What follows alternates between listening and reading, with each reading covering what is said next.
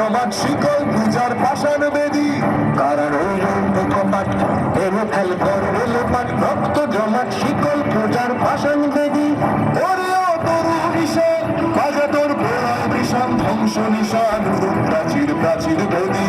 ওরে তরু বিষণ বাজা তোর ঘোড়ায় বিষণ ধ্বংস নিশান প্রাচীর প্রাচীর বেদী কারা হইল কপাট এনে ফেল করবে লোপাট রক্ত জমাট শিকল পূজার পাষাণ বেদী